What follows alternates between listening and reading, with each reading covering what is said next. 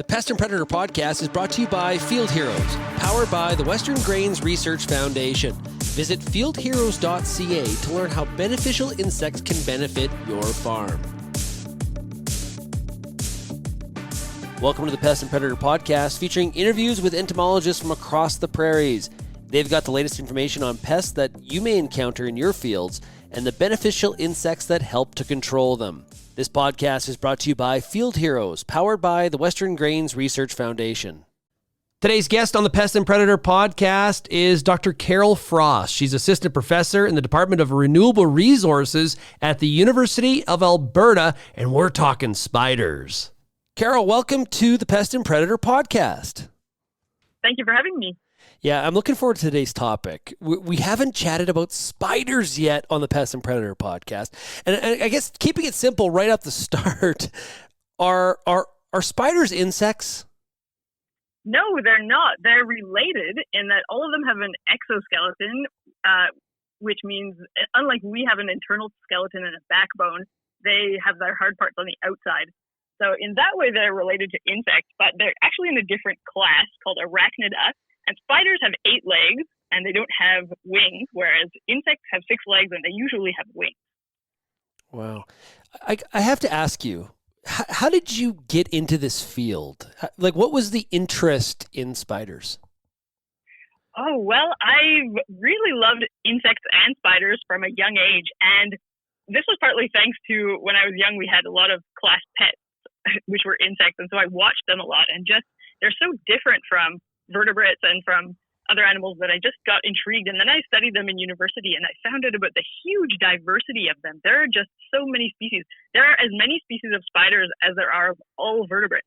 And when you think about most vertebrates being fish, it's just an incredible number of spiders. There are 50,000 described species of spiders as of this year, and there are probably double that really existing because most of them aren't described. And they're incredibly common, right? Yeah, that's right. They're really everywhere. An estimate from 1973 counted an overall mean density of 131 spiders per meter squared, which is an average over the whole globe. Of course, in some ecosystems you'll have more than others, but that's a lot of spiders per meter squared on average. And in grasslands, it's also been estimated that there are 152 spiders per meter squared. So when you think about it, that's an incredible number. If any of the audience has arachnophobia, they're squirming. Well, most of these are really small. They live really close to the soil, and you won't encounter many of them. So spiders are pretty good at hiding. We're not talking about black widows in terms of that density. Okay, so no. How much do spiders eat? Well, this actually has been estimated. And of course, estimates when you think on the global scale are always somewhat inaccurate. But the best estimate is that on a global context, over all terrestrial ecosystems, spiders consume in the range of 400 to 800 million tons of prey per year. And that's really hard to picture. What does that actually mean? But for comparison, the human population was estimated to consume the same 400 million tons of meat and fish annually. And that was estimated for 2014. So we humans eat as much meat as all the global spiders eat in a year. And similarly, prey by whales in the world oceans has been estimated to be in the same range, 280 to 500 million tons. So spiders as a group consume a huge amount, even though they're so small, and they're consuming, each one is only consuming about 10% of its body weight. But when you multiply that across how many spiders there are per meter squared, it's really a huge amount of food consumption. Yeah, no kidding. So that's a lot of consumption. When you talk to 400 to 800 million tons, what are they eating? Well, they eat pretty much everything, actually. They eat flies, true bugs, ants, bees, wasps, small soil critters that we don't usually see, like springtails and mites. They eat beetles, butterflies, moths, grasshoppers, and they're even cannibalistic. They even eat other spiders. And for some for some spider species, they actually try to eat only other spiders. So it's really variable. Some of the bigger spiders in tropical places even eat small vertebrates like fish or frogs. So we don't have that so much here, although we do have a really big fishing spider that can eat fish. And so I know this is like a really broad question, but for a specific type of spider, is their targeted diet, is it very like a narrow band, or is it quite wide across all the different species? And I know that's a very broad question, but just how tight is that band? But it's not very tight compared to other natural enemies that we typically talk about, especially since we're talking today about natural enemies in crops. But compared to the other natural enemies you can find in crops, spiders are some of the most generalist. And although there is some specialization, like I just said, some spiders try to eat other spiders, but those are much more in tropical areas than temperate areas where we are. And especially the kind of spider that build a web to catch prey. Not all spiders do that. Some run around the ground and just ambush prey or hunt prey actively. So those ones eat other spiders more than the ones that build webs. So I guess most of them are really generalist, and the one thing that makes them great natural enemies for that results from that is that if there's a kind of insect in the environment that becomes really abundant, like a pest, spiders are great at switching and focusing on that species. So they're really great at taking advantage of any insect prey species that's really abundant in the environment. So based on the information we've talked about so far, how does this apply in our fields? Well, so I guess we said that it's useful that they're generalists because they switch and eat whatever kind of herbivorous species is most abundant. I said at the beginning that there are tons of spiders, spider density is really high.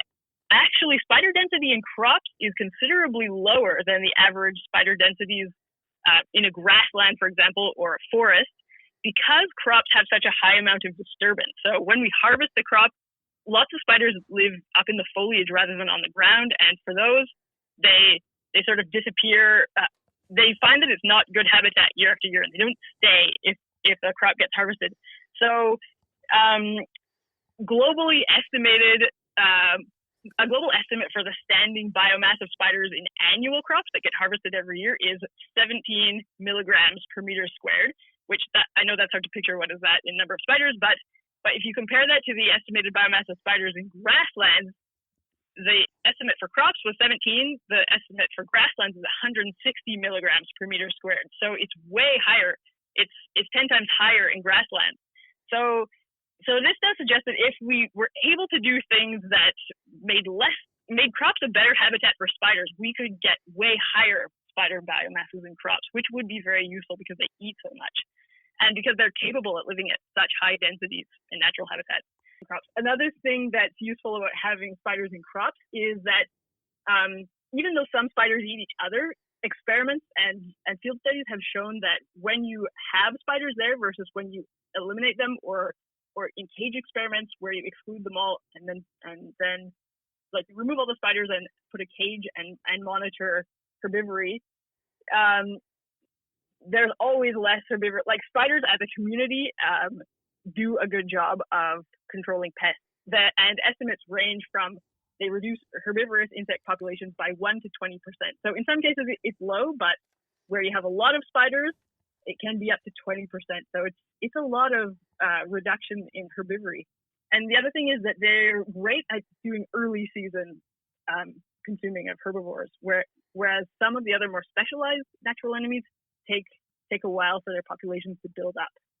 The spiders are eating right from the spring. So how do spiders get into the fields? What's that activity and path look like? Well, actually, despite the fact that I said that there are very few spiders in fields, they do have an enormous capacity to colonize fields aerially, actually, via ballooning. So very many species of spiders can travel long distances by flight, even though they don't have wings. And the way that they do that is they stand on a high piece of vegetation and release silk threads out of their spinneret, and they're usually triggered to do this behaviorally by weather conditions. If it's sort of sunny with a light breeze, they exhibit this behavior. And then when they've released a long silk thread, they let go and get carried by the wind. And little is known about how they decide to land, but basically they can travel up to 30 kilometers in a single day.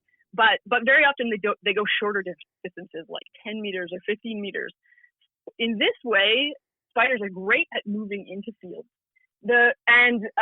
Some spiders are much better at it than others. In fact, a pest control strategy was proposed in the UK of planting almost like a trap crop, but a strip of foliage early in the season to build up spider populations of this one family, Linnethiidae, which are the sheet web spiders, which do this ballooning a lot, and then harvest it to remove that habitat and cause them all to try and travel somewhere so that to encourage them to travel into crops. So people have tried to take advantage of this ballooning to get spiders into crops. By walking, they don't actually get very far. A current student of mine, Pilar Jimenez, has been monitoring movement of spiders into canola fields between field border vegetation that's not planted, just trees or grass, and what moves out of that into canola fields by walking. And she's found that beetles move much more directionally than spiders do. The spiders just kind of hang out in the field margins because the vegetation is more complex and there's that less disturbance. Wow. Okay. How can growers protect spiders? Because in many cases, they're not damaging crop. They're there as a beneficial. So how do we protect them? Yeah, I think the first thing is just to remember that they're there and remember that anytime you spray an insecticide or an acaricide, you're going to probably kill some spiders. Actually, there's been very little research about insecticide effects on spiders relative to effects on other natural enemies. As of 2012, only 3% of toxicology papers on natural enemies had actually even studied effects on spiders. But what we do know is that spiders are mainly affected by the neurotoxic insecticides more than other pesticides like herbicides or fungicides. And so most synthetic insecticides and acaricides are neurotoxic. Those are the ones that affect spiders most. And so examples are like your organophosphates, carbamates, neonicotinoids, and pyrethroids. All of those do have lethal and sublethal effects on spiders. Interestingly, all the initial studies looked at how much do insecticides kill spiders, but recently it's been realized that not only the lethal effects are damaging to their function as natural enemies, but doses that change their behavior, for example, decrease their movement or decrease their ability to spin a web normally. So all those things, even though maybe the spider doesn't die, it doesn't eat as much. So yeah, I guess reducing as much as possible use of insecticides is going to be good for your spiders in the field. Carol, thanks so much for joining us here today on the Pest and Predator podcast. You're welcome. Thank you for having me. I hope you enjoyed this episode of the Pest and Predator podcast. It's brought to you by Field Heroes, powered by the Western Grains Research Foundation. Visit fieldheroes.ca to learn how beneficial insects can benefit your farm.